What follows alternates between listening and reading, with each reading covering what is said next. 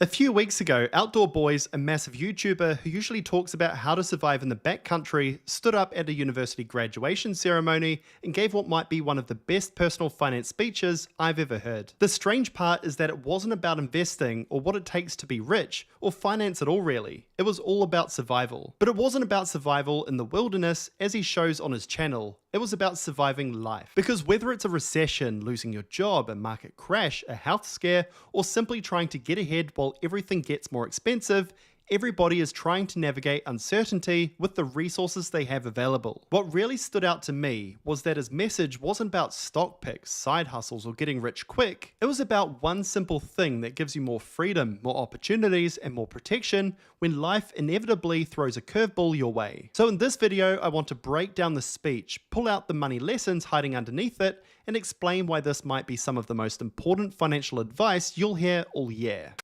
Some people call me a survival expert. Well, as a survival expert, I want to clear up a common misconception. Survival is not something we just do in the woods.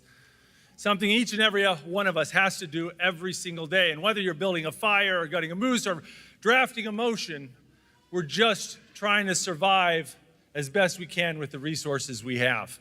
Here, he redefines what survival actually means. Usually, when he talks about survival, he's talking about building a shelter, starting a fire, or finding food in the wilderness. But here he sets the scene for the speech, where survival is about adapting to change. He's talking to law students here, so it's something he can offer them based on his learnings in the wilderness. So I would like to help give you some advice to survive whatever's coming next. And while I do not know what your future holds, I can tell you that the world is changing at a terrifying and fascinating pace. Here I am, I'm 47 years old. I'm not properly old yet. And I've seen some crazy stuff. I remember watching the Berlin Wall come down live on television as a child. I remember hearing about the internet for the first time. I thought it was a fake. I didn't understand that. I was an adult the first time I ever saw an email. I was married when 9/11 happened. And the year before I went to law school, this thing called YouTube was invented. I was practicing for 3 years before I ever got my first social media account. I've seen 7 US wars, 6 recessions, and I've survived 1 global pandemic so far. I'm only 47. I don't know what the next 40 years holds for you. But I doubt any of us are going to get through it without seeing terrible and amazing things. So here he continues to set the scene of surviving change. We can see these developments in hindsight, but in the future, he hints at what's to come, both amazing and horrifying things. For us, that could be things like AI, for better or for worse, house prices, the cost of living, elections, that kind of thing. I just think of the movie Idiocracy and how when that was produced, it was probably far-fetched. Today, the political climate isn't far off. We don't know what's coming, but the act of surviving change is paramount, and you'll see him start to talk about the finances of that shortly. We don't know what these changes are going to be, but we do know they're coming. You need to be ready to grab the opportunities that are going to come in this changing world. And you need to be ready to survive the storms. And the best survival advice I can give you is very pragmatic. I would say save some money. It's pretty simple, but it's not. The most important things are often simple, but hard to do. Money is freedom, money is power, money is flexibility. When change happens, those people who can afford to adapt can prosper and take advantage of those opportunities. And those who cannot afford to be flexible get crushed. What I really liked here is the line, money is freedom, power, and flexibility. This relates to optionality, and by having money, you have choices. By saving money, you can pursue opportunities and adapt to change better. With savings, you can leave that crappy job, you can pursue a business opportunity, you can move cities or pursue further education in a field you feel truly passionate about. This is what Luke is talking about. Money allows you to be who you want to be on your terms. This is a great place to start the speech because there's a saying, money doesn't buy happiness, but he's not talking about happiness here. He's talking about choices, and it's undeniable that savings can help with that. I want to share a little bit of some experience from my life with this. During the third year of law school, 2008, the U.S. housing market imploded. 16 million homes were foreclosed. The unemployment rate was twice what it is today. Law firms across the country were closing. And when I sat in those seats, 1 out of 3 law students didn't go on to get law jobs. Okay, I was clerking for a firm that had 35 attorneys, and when 3 months before graduation, I was laid off, and that firm was a solo practice. By the time I sat for the bar, I was in panic mode. I put out 3,200 resumes to law firms and lawyers across the country. I got 15 job interviews and no job offers. I remember driving to Boynton Beach, Florida, because there was an entry-level associate position advertised.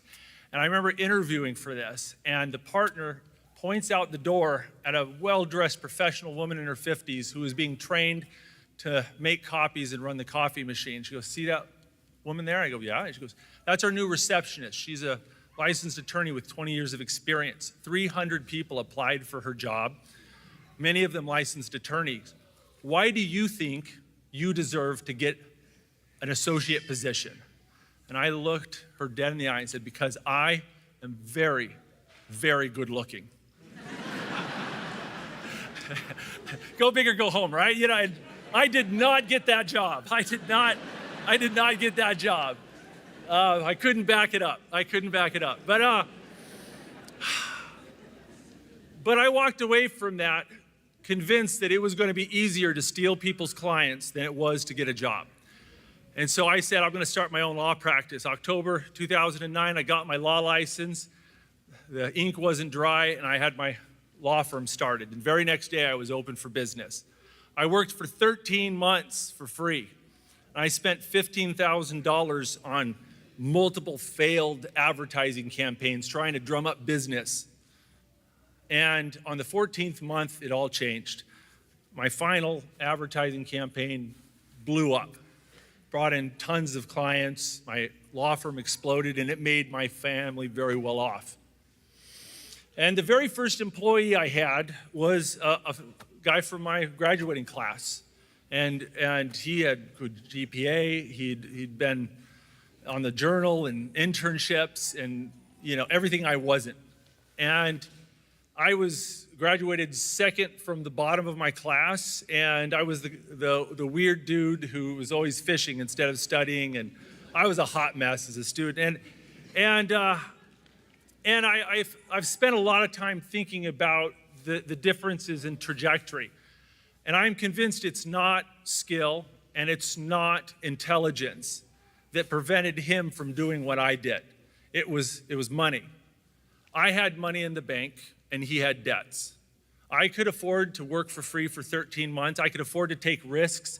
He could not. To illustrate his point, Luke shares a story from 2008, just as the GFC hit. He was in the final year of law school when the housing market collapsed and law firms across America started shutting their doors. 3 months before graduation, he lost his job, and despite sending out over 3,000 applications, he couldn't get a job. Now at this point, most people would have had no choice but to take whatever work they could find. But Luke did something different. Instead of continuing to chase jobs, he decided to start his own law firm. And that's where the real lesson begins. Because when people hear stories like this, they often assume the difference was courage, intelligence, or some kind of entrepreneurial talent. But that's not the conclusion he talked about in this speech. He says the biggest reason he was able to take that risk was because he had money in the bank. He could afford to work for free for 13 months while trying to build the business. He could afford failed advertising campaigns, and he could afford uncertainty. Meanwhile, one of his classmates had better grades, better credentials, and a stronger CV.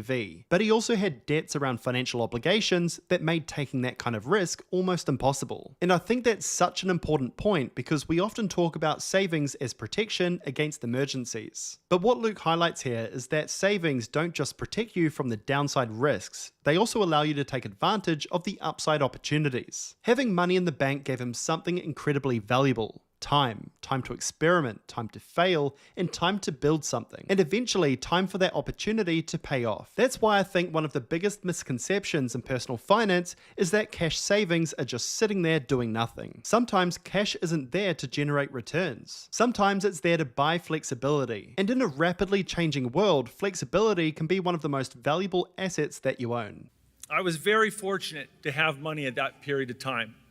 I had been given an opportunity to work construction in Alaska and raised by good people who taught me to save and invest aggressively. And I was fortunate enough to marry a wonderful woman who also worked hard and saved money. Not everybody is that fortunate. I cannot honestly say I deserve the success I have. All I can say is that I did not waste the opportunities that were gifted to me. If you are fortunate enough to be given a chance to earn some money and to survive out there, please do not waste that opportunity that you've been given. When you have money in the bank, you have options. When you are living paycheck to paycheck, you have two options. You work every single week or you go bust. People who are not saving money are one problem away from disaster. And the only thing I can guarantee you about your future is problems will come. There is so much to unpack in here. Most personal finance advice is about saving money as a way to prepare for emergencies. Save 3 to 6 months of expenses, build an emergency fund, and protect yourself from unexpected shocks. And that's all good advice. But his argument is that money does something even more powerful than that. Again, it's about options. As he puts it, when you have money in the bank, you have choices. When you are living paycheck to paycheck, you only really have two options. Keep working every week, or you go bust. Now, that might sound a little harsh, but it's the truth. You either work or everything falls apart. Think about how many major decisions in life are influenced about your financial position. If your job becomes unbearable, can you afford to leave? If an incredible opportunity comes along in another city, can you afford to take it? If you want to retrain, start a business, take a career break, or simply weather a difficult period, do you have the financial breathing room to make that decision? Because the reality is that people with savings don't just have more money, they have more flexibility. And flexibility becomes incredibly valuable when life doesn't go according to plan. One of the most powerful lines in the speech is when he says that people who aren't saving are one problem away from disaster. This isn't meant to be fearmongering. It's simply an acknowledgement that problems are inevitable. Cars break down, jobs disappear, AI comes along, businesses fail, people get sick, economies go through rough patches. The question isn't whether challenges will come. The question is whether you'll have enough in reserve when they do. So the main lesson here is that savings or investing isn't just about trying to get rich. It's about resiliency. The more you have, the more control you have over your decisions when life inevitably throws something unexpected your way.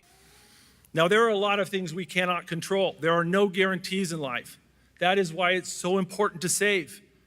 If you are fortunate enough to be one of those people that gets a paycheck, you have been given an opportunity that not everybody gets. Do not waste that opportunity. Now, what's the point of all this? Am I telling you you stop eating out a few times and life's all going to be great and you're going to be rich? No, I'm not saying that at all.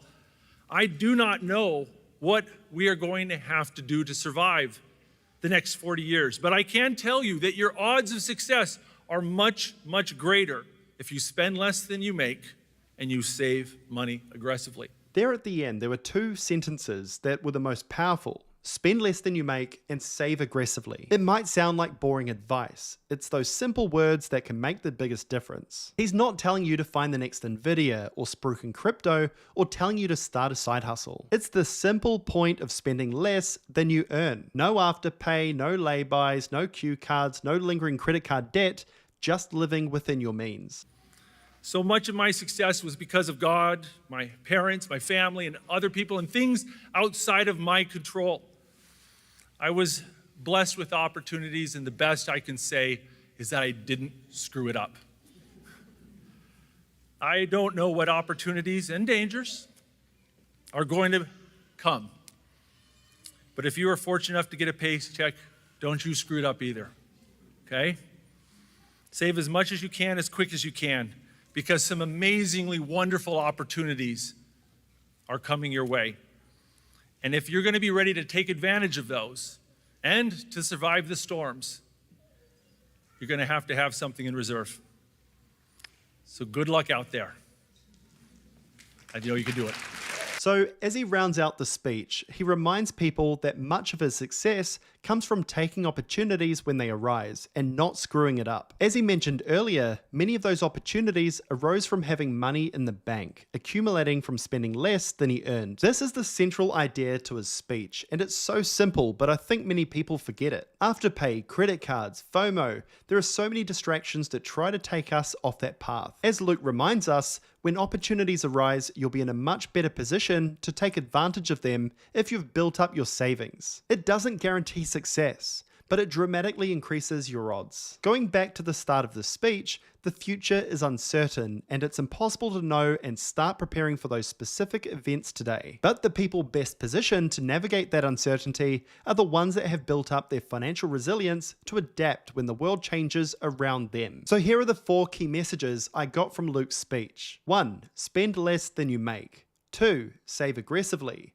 3. Invest for the long term. And 4. Don't waste the opportunities you've been given. What's your thoughts? Let me know down below in the comments. While you're down there, make sure to subscribe to my channel. I've posted over 300 videos helping people with growing their wealth and building their own financial resilience. So hit the subscribe button so you don't miss a future upload. Thanks for watching, and I look forward to catching you in the next one.